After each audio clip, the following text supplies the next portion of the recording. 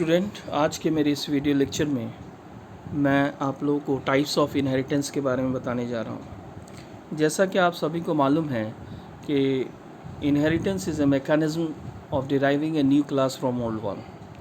Inheritance एक ऐसा mechanism है जिससे हम एक नया क्लास बनाते हैं पुराने क्लास से, और जो नया क्लास होता है उसको डिराइव क्लास कहते हैं और चाइल्ड क्लास कहते हैं, और जो पुराना क्लास होता है उसको बेस क्लास कहते हैं और पेरेंट क्लास कहते हैं और सुपर क्लास कहते हैं। डिराइव क्लास को सब क्लास कहेंगे और बेस क्लास को सुपर क्लास कहेंगे। उसके बाद हमने बताया आपको कि इनहेरिटेंस के टाइप कितने होते हैं। जैसा कि हमने बताया सिंगल इनहेरिटेंस, एक बेस क्लास से एक नया डिराइव क्लास बनता है तो इसे सिंगल इनहेरिटेंस कहते हैं। दो या दो से ज़्यादा बेस क्लास को मिलाकर अगर एक नया डिराइव क्लास बनाते हैं तो उसको मल्टीपल इनहेरिटेंस कहते हैं। आज आपको एक और नया इनहेरिटेंस बताने जा रहा हूँ जिसका नाम है हायरार्किकल इनहेरिटेंस। इस हायरार्किकल इनहेरिटेंस में एक बेस क्लास से बहुत सारा डिराइव क्लास बनेगा। एक बेस क्लास से बहुत सारा डिराइव क्लास बनेगा। तो आप देख सकते हैं क्लास ए है, उससे बी बन रहा है, सी बन रहा है, डी बन रहा है। आप जितना चाहें क्लास बना सकते हैं। तो इस तरह के इनहेरिटेंस को हायरार्किकल इनहेरिटेंस कहा जाता है। In this type of inheritance multiple derive classes inherit from a single base class. If many derive class created with single base class, then this type of inheritance is called hierarchical inheritance।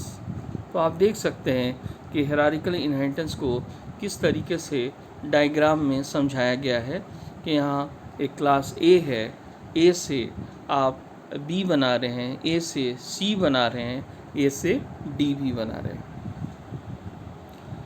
When more than one classes are derived from a single base class, such inheritance is known as hierarchical inheritance। जैसा कि हमने बताया कि एक class अगर एक base class से बहुत सारा डिराइव क्लास अगर बनता है तो इस तरह के इनहेरिटेंस को हम लोग हायरार्किकल इनहेरिटेंस कहेंगे। Where features of that are common in lower level of are included in parent classes। Where features that are common in lower level that are included in parent classes. Problem of an hierarchy has to be maintained can be solved easily using this inheritance. For example, civil, computer, mechanical, electrical are derived from engineer। ये एक अच्छा सा example है कि engineer से civil engineer बन रहा है, कंप्यूटर इंजीनियर बन रहा है, मैकेनिकल इंजीनियर बन रहा है, इलेक्ट्रिकल इंजीनियर बन रहा है। तो ये एक अच्छा सा एग्जाम्पल आप दे सकते हैं हायरार्किकल इनहेरिटेंस में। Natural language, programming language are derive from language. ये भी एक अच्छा सा एग्जाम्पल है कि एक लैंग्वेज है, उससे हमने नेचुरल लैंग्वेज बना दिया, साथ ही साथ प्रोग्रामिंग लैंग्वेज बना दिया। तो this is also the example of hierarchical inheritance. अब आप देखेंगे कि उसका फार्मूला क्या है, उसका सिंटेक्स क्या है।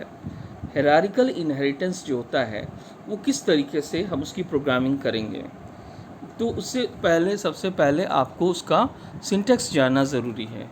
आप देख सकते हैं यहाँ हमने एक बेस क्लास बनाया है जिसमें प्रॉपर्टीज़ और मेथड है। उस बेस क्लास से आप एक नया डिराइव क्लास बना रहे हैं, डिराइव क्लास 1, उसका प्रॉपर्टीज़ में चला जाएगा। उसी तरीके से सेम बेस क्लास से एक और डिराइव क्लास 2 बना रहे हैं। उसी तरीके से जितना चाहें हम डिराइव क्लास बना सकते हैं। तो आप जानते ही हैं कि हायरार्किकल में क्या होता है, एक से बहुत सारा डिराइव बनता है। तो आपने सबसे पहले बेस क्लास नेम बनाया, उससे आपने क्लास डिराइव क्लास 1 बनाया, डिराइव क्लास 2 बनाया, डिराइव क्लास 3 बनाया। ये आप जितना चाहें डिराइव क्लास बना सकते हैं। ये आपको सिंटेक्स है जिसके थ्रू आप प्रोग्राम करेंगे। जैसे आप देखेंगे क्लास ए है, ए से बी बना, ए से सी बना, ए से डी बना। ये एक बेस्ट एग्जाम्पल है कि आप बेस क्लास ए माने, उससे बी बनाए, सी बनाए, डी बनाए। तो ये हायरार्किकल इनहेरिटेंस है। यहाँ पर ए क्या है, आपको सुपर क्लास है। ए क्या है, पेरेंट क्लास है। और ए से जो 3 क्लास बन रहा है that is B class, C class और डी क्लास, वो तीनों क्लास जो है that is called child class.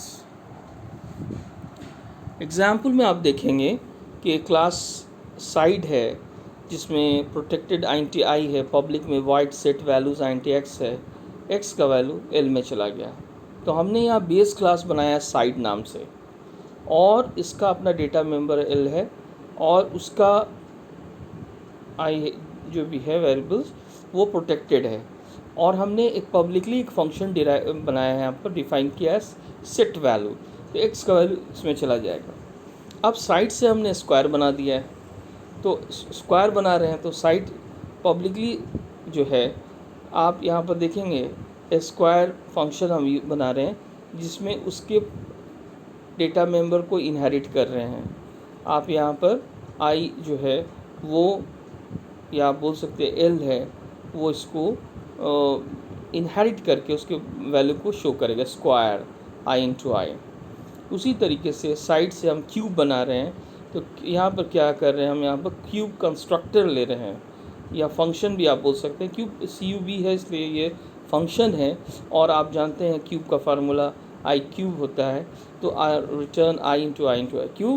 क्योंकि हमने विजिबिलिटी मोड इसका पब्लिक लिया। आप गौर करेंगे साइड से पहले भी पब्लिक है, साइड से पहले पब्लिक है, विजिबिलिटी मोड दोनों का पब्लिक है। इसका मतलब ये है कि बेस क्लास साइड के डेटा मेंबर को एक्सेस कर रहा है पब्लिकली। तो पहला स्क्वायर निकाल रहे हैं और दूसरा हम लोग क्या कर रहे हैं, क्यूब निकाल रहे हैं। Side is a parent class. यहाँ साइड क्या है, सुपर क्लास है, पेरेंट क्लास है, और उस साइड से एक नया क्लास बन रहा है square, that is called child class. उस साइड से एक नया क्लास बन रहा है cube, that is called child class also. तो इस तरीके से हम लोग इसके वैल्यू को इनहेरिट करेंगे।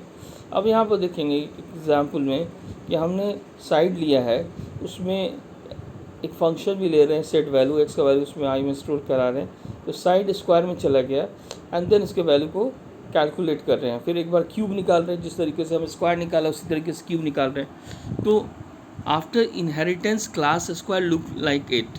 जब इनहेरिट करेंगे तो स्क्वायर जो है, अगर ये इसको देखें तो साइड प्रोटेक्टेड आई, उसकी पूरी प्रॉपर्टीज़ वहाँ चली गई। Wide set x equal to L, यहाँ पर जो भी है उसके फंक्शन को रिटर्न करेंगे। तो इस तरीके से चूँकि विजिबिलिटी मोड पब्लिक था, इसकी पूरी प्रॉपर्टीज़ कहाँ चला गया, स्क्वायर में चला गया। After inheritance class cube look like. Inheritance होने के बाद क्लास क्यूब जो है उसमें क्या हो जाएगा, जो प्रोटेक्टेड डेटा है वो प्रोटेक्टेड ही चला जाएगा। देखिए आप गौर कीजिएगा, साइड में प्रोटेक्टेड है, विजिबिलिटी मोड आपको यहाँ पर पब्लिक है, इसलिए प्रोटेक्टेड डेटा प्रोटेक्टेडली डिराइव्ड हो जाता है, और x का वैल्यू इसमें स्टोर हो रहा है, एंड क्यूब हम लोग निकाल रहे हैं। वाइड मेन में जाने के बाद स्क्वायर का एक ऑब्जेक्ट बनाएंगे, उसके थ्रू हम वैल्यू पास करेंगे। तो स्क्वायर 10 × 10 100 आएगा, और क्यूब जो क्लास है उसका हम यहाँ पर एक ऑब्जेक्ट बना रहे हैं, और उसमें वैल्यू पास करेंगे। तो इसका वैल्यू 220 × 20 × 20 करके इसके वैल्यू को शो करेगा। In the above example, 2 derived classes square and cube uses a single base class side. Thus 2 classes are inherited from a single class. This is the hierarchical inheritance concept in C++. जब इस programme को run करेंगे तो इसका output इस तरीके से show करेगा। उम्मीद करते हैं कि आप लोगों को हायरार्किकल इनहेरिटेंस किस तरीके से काम करता है आपको अच्छे तरीके से समझ में आ गया होगा। इस तरीके से आप अभी तक 3 इनहेरिटेंस जाने हैं, एक सिंगल इनहेरिटेंस, एक मल्टीपल इनहेरिटेंस, और तीसरा जो है हायरार्किकल इनहेरिटेंस है। उम्मीद करता हूँ कि आप सभी को टाइप्स ऑफ इनहेरिटेंस बहुत अच्छी तरीके से समझ में आ रहा होगा। Thank you for watching my video lecture.